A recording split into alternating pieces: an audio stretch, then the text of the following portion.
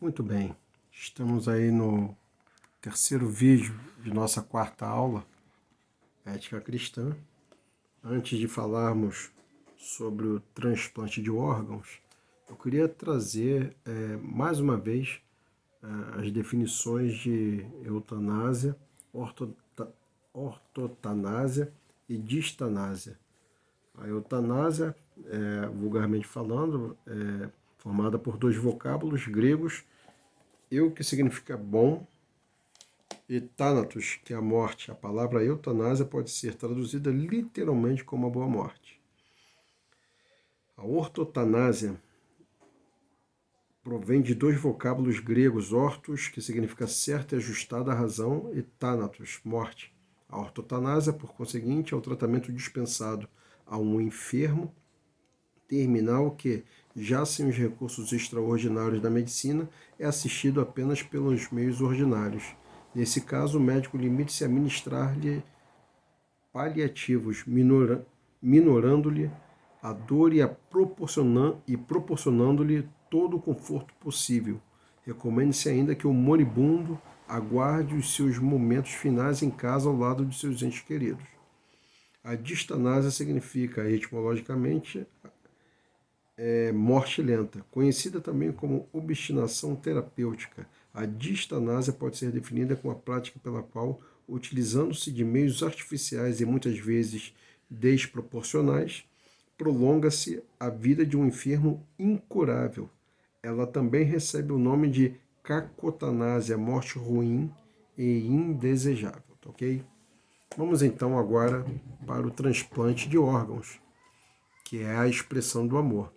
Transplante, significado, transplante de órgãos e tecidos é uma ciência médica multidisciplinar que consiste na remoção de um órgão enfermo e em sua substituição por outro que, na maioria das vezes, procede de um cadáver. No caso dos rins e do fígado, a doação e a recepção podem ocorrer entre vivos. Recebe o nome de transplantologia. Ok? Então, no Brasil existe o transplante de órgãos entre vivos, ou o recebedor que está vivo vai receber órgãos de pessoa morta por morte cerebral. Existem todo um procedimento, tempo, o cuidado com os órgãos para que ocorra e seja efetivado o transplante. Isso aí aqui eu não vou entrar em detalhes. Existe também o chamado xenotransplante, enxerto de órgãos animais em seres humanos. É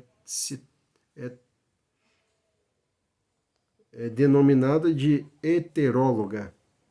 Ok? Então, esse xenotransplante, segundo líderes cristãos, não é admitido. É o transplante de órgão animal colocado em ser humano. E, logicamente falando, também não vejo respaldo para isso.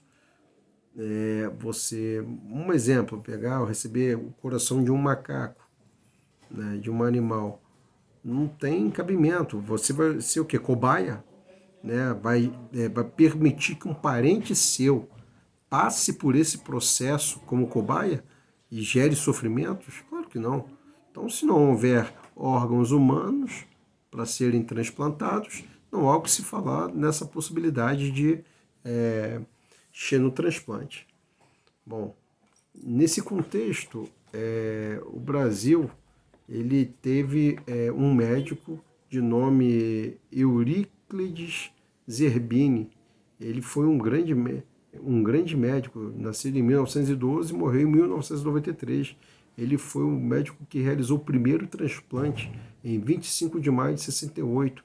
Foi o quinto médico no mundo a realizar a operação de transplante.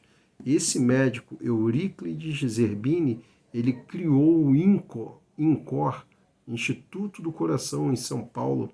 Ele teve um filho acidentado e os órgãos de seu filho foram doados para o transplante. Esse filho também era médico, filho chamado Eduardo. Então, há uma história no Brasil com base nos estudos e na instrumentalidade desse grande médico brasileiro. Tá? E aí abriu-se o caminho para o desenvolvimento e a adaptação da prática do transplante no Brasil. Tá? Existe a previsão legal para a prática, Lei 9.434 de 97, que trata do Sistema Nacional de Transplante. Né? Foi no governo do Fernando Henrique Cardoso. Né? Essa lei deu previsibilidade para a realização e a forma como seria realizada, deu legitimidade para a prática do transplante no nosso país. Tá? O objetivo da lei é evitar o tráfico de órgãos. Eu mencionei no vídeo anterior sobre o perigo que é, né, o comércio, o mercado negro de órgãos pelo mundo. Né?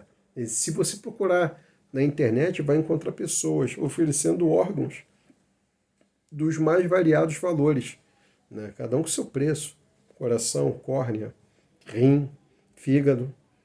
Né? Só não ser, vou te falar, só não se, só não há, e tá, claro, Deus não deu ao ser humano essa capacidade de transplantar o cérebro.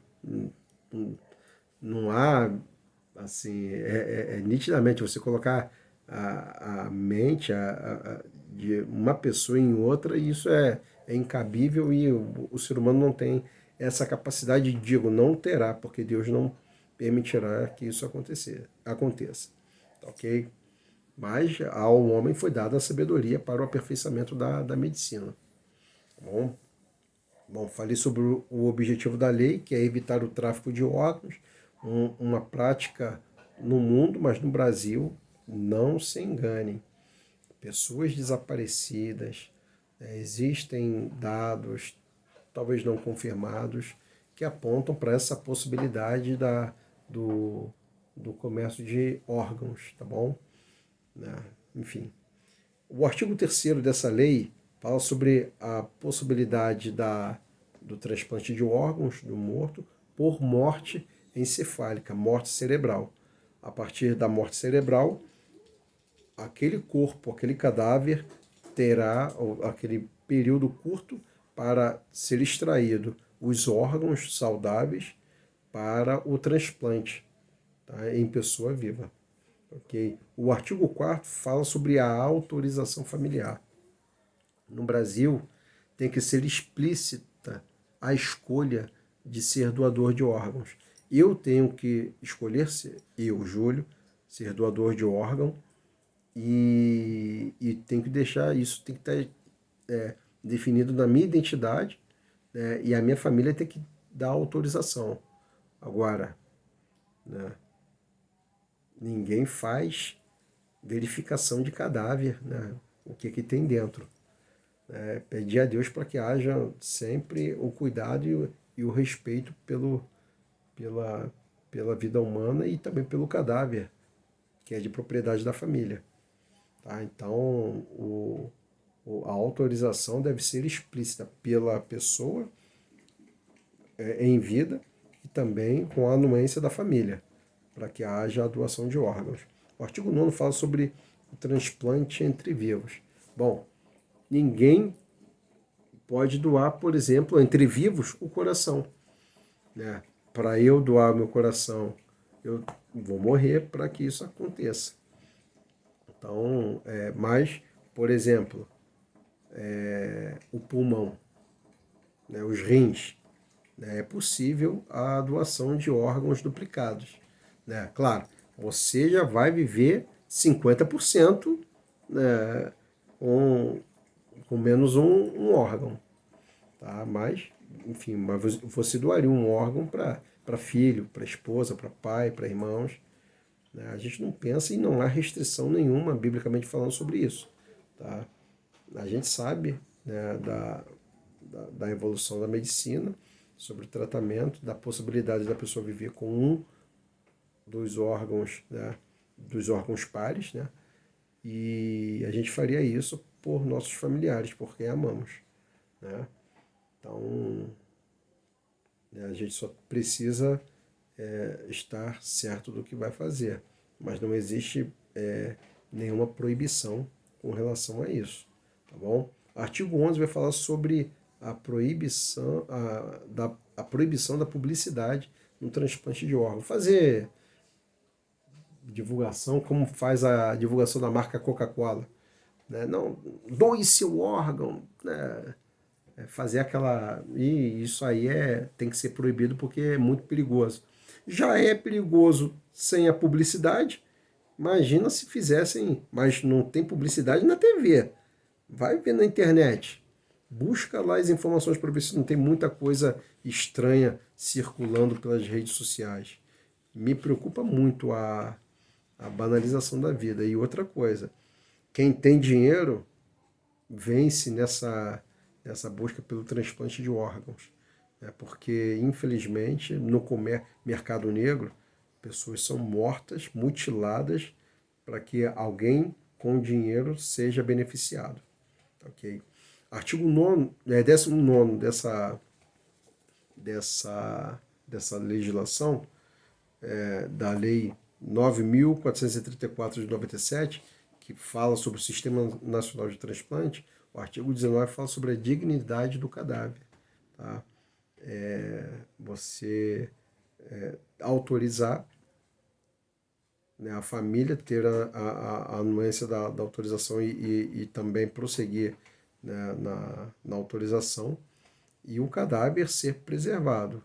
Vai retirar os órgãos, não vai ficar, vai ser removido os órgãos saudáveis, né, a pessoa terá o seu corpo, né, preenchido para o devido sepultamento. Tá? Não vai ficar abandonado, largado, nem desossar corpo, né? Destroçar corpo. Então, a dignidade do cadáver deve ser mantida, tá bom?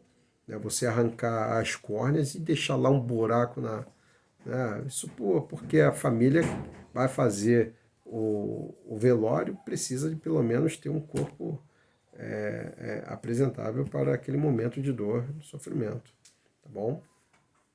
Em âmbito teológico, sobre o transplante de órgãos, existe o chamado princípio do amor. Nós amamos ao próximo, né?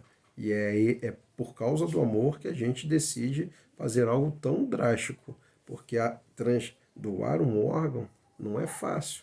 Entre vivos, né? Entre vivos, depois que morre, você até aceita, né? Que ocorra, mas parece o problema é as pessoas saberem que você é doador de órgão e tentar acelerar isso. E acontece, tá? Acontece demais. Eu queria também falar sobre o xenotransplante, que é considerado pela predominância dos teólogos cristãos como algo antibíblico, né? 1 Coríntios, a primeira carta do apóstolo Paulo aos Coríntios, vai lá, João, só um minutinho, irmãos, eu vou achar aqui. 1 Coríntios, capítulo 15, versículo 39, que diz: nem toda carne é uma mesma carne, mas uma é a carne dos homens, e a outra é a carne dos animais, e outra dos peixes e a outra das aves. Assim, apóstolo Paulo, rapidamente, né, nesse texto do capítulo 15 de 1 aos Coríntios, ele fala sobre a distinção entre carne humana e carne animal, né? E dessa forma deve ser compreendido, direto e indiretamente, sobre a proibição, a restrição ao xenotransplante, que é o transplante de órgãos de animais para o ser humano. Tá? Outra coisa que deve ser compreendido dentro do âmbito teológico sobre o transplante de órgãos artificiais. Quer ver uma coisa? A hemodiálise. Né? Tem uma máquina, né, externamente, através de uma máquina que faz a filtragem do sangue, tá? Retornando o sangue bom para o corpo. Tá? Existem alguns órgãos artificiais produzidos, né, que dão ao ser humano uma prorrogação da vida. mas não é nada permanente, tá bom?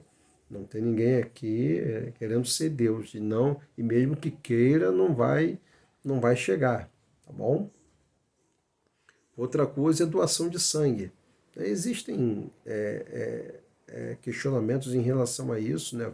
Pois o sangue está relacionado à vida, e algumas religiões entendem que não pode haver a doação de sangue. Eu queria ler 1 João, capítulo número 3, versículo 16. Primeira carta do apóstolo João, capítulo 3, versículo 16. Primeira carta, capítulo 3, 16, que diz o seguinte: conhecemos o amor nisto, que ele deu a sua vida por nós, e nós devemos dar a vida pelos irmãos. Tá? Entendendo o amor pelo nosso próximo, primeiro, você tem que entender que o sangue, ele você extrai uma determinada quantidade, que é um limite, e esse sangue passa por análise, né, por exames, para ser repassado a outras pessoas, segundo a compatibilidade do sangue. Tá? O sangue do doador, o que foi extraído, né, aquele sangue será renovado. Por isso eles pedem aí de 4 a 6 meses para que o sangue seja renovado, e dessa forma a pessoa possa voltar a doar sangue. Então você não está tirando a sua vida, né? Você está fazendo a doação daquilo que você tem circulando no seu corpo, que não é um problema, que não vejo problema algum. Né? E teologicamente falando, não há o que se falar em restrição. Né? Mas, enfim, alguns vão mais em afinco a essas questões e alegam que não pode haver, nem em caso de um filho morrendo, a necessidade de doação de sangue, você não pode doar. E nem receber. Nem doar e nem receber. Então, assim, não vou questionar e nem entrar em discussão em relação a isso, mas o povo de Deus tem plena consciência de que a doação de sangue não está relacionada a proibições. É legítimo a prática da doação de sangue, tá bom? De forma razoável e por meios técnicos legais, tá bom? Por fim, eu queria falar sobre a ética na doação dos órgãos. Gratuidade dentro da ética na doação dos órgãos tem que se tratar sobre a gratuidade e o anonimato. Quem tem direito ou quem tem dinheiro. Por isso que deve ser tratado, eticamente falando, com gratuidade e anonimato. Ninguém tem que saber quem é doador, a não ser lá, no sistema de doadores de órgãos do Brasil, tem lá, se eu for doador não sou, assim, explicitamente falando, mas se eu morrer e a família quiser fazer isso, não vejo problema algum também. Né? Para salvar vidas, ajudar o próximo, né? Não vejo problema nenhum, tá bom? Mas isso tem que ser de forma gratuita. Eu não tenho que vender e nem que minha família venda os órgãos, ou qualquer família venda os órgãos de um doador saudável, tá bom? Então, é gratuito e tem que ser pelo anonimato. Nada de ficar divulgando aí, tornando... Não, tô sabendo que Júlio é doador de órgãos, já venham procurando. Pô, se você morrer, poxa, garante aí um rim, garante aí uma córnea. Tá? Parece ser engraçado, né? Mas é por isso que a legislação é bem explícita no sentido de garantir a preservação do doador, da identidade do doador, e também de forma gratuita. Tá? Existe o mercado negro? Eu volto a dizer, existe. Né? Meu Deus do céu. Passar à frente de outros aí é possível? Tudo possível, né? Quando há corrupção. Isso aí, infelizmente, tá? Sobre a ética na doação de órgãos, lá também a questão da universabilidade, mesmas oportunidades. Todos são iguais perante a lei, não é isso que diz a Constituição? Então, dentro dentro da fila de transplante, né, todos são iguais, então a oportunidade ela é universal para todos que lá entrarem dentro dessa fila de espera, tá? Não tem que ficar escolhendo um pode, outro não pode, esse pode, aquele não pode, né? O branco pode, o negro não pode, o rico pode, o pobre não pode, tá? Isso está errado, tá? Então o direito é para todos, tá? É universal, ok? Sobre a voluntariedade dentro da ética na doação de órgãos, né? Quem decide em vida é o doador e a família confirma, né, autorizando, tá bom? Então, tem que ser voluntário, ninguém é obrigado, né, a doar o órgão do morto, né, da família, tá ok? Respeito à natureza humana, né? E aí, quando a gente pensa na questão do transplante, não é cabível a pessoa pensar na possibilidade de transplantar o cérebro, né? Isso aí é da natureza humana. Deus deu a cada um a sua identidade, né? Não tem que mudar, não tem essa, né? Frankenstein, né? Aquela transplante de cabeça, montagem, enfim, essa ficção científica aí que tem gente que é meio louco, acredita que pode fazer isso, né? Por experiências, usando cobaias de pessoas vivas, tem gente que faz essas loucuras, né? No culto do aperfeiçoamento da medicina, tem gente que faz essas atrocidades aí, tá bom? Glândulas sexuais,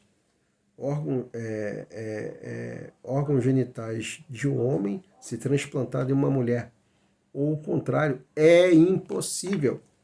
É impossível, tá bom? É impossível, Deus não deu essa capacidade ao ser humano. Não vai dar, não vai conseguir transplantar cérebro, não vai conseguir transplantar glândulas sexuais. Mas, no lado oculto, na obscuridade da busca pelo aperfeiçoamento e a ganância do ser humano, tem gente que faz essas loucuras tentando ser o grande descobridor e que não vai ser nunca, né? Não vai conseguir executar tal intento. Limites da doação entre vivos, né? Não cabe aí mutilação. Caiu, sei lá, o cara perdeu um braço, aí vai tirar o braço de outro para, entendeu? Uma mutilação. Não, vou vender meu braço. Meu braço vale 100 mil reais. Aí a pessoa vai ser mutilada para beneficiar o outro. Que também não vai ficar. É diferente. Vai ficar um braço. Enfim, não sei nem o que dizer em relação à evolução do transplante em relação a isso, né? Eu estou só cogitando essa hipótese, tá bom? Existem limites na doação e a não mutilação deve ser defendida, tá? E a dignidade do doador. O corpo pertence à família, volto a dizer, né? Essa forma de o aceite de ser doador da pessoa viva, né, deve ter também a anuência da família, que após a morte, né, deve comunicar, e mesmo que exista uma relação de doadores de órgãos e a pessoa lá no hospital saiba disso, tem que comunicar a família autorizar, tá bom? Tá? O Estado não se torna proprietário do corpo, né, mesmo que a pessoa decida doar. Assim, é o que eu entendo. Posso estar até equivocado em relação a isso, tá? Mas eu me preocupo muito com essas questões. Tá? Então eu termino aqui fazendo um convite à leitura de Gálatas 4,15. Gálatas 4,15, que diz: qual é, logo, a vossa bem-aventurança? Porque vos dou testemunho de que, se possível fora, arrancareis os olhos e mus darias. Paulo já falando lá atrás aos Gálatas. Se fosse possível, ele faria isso.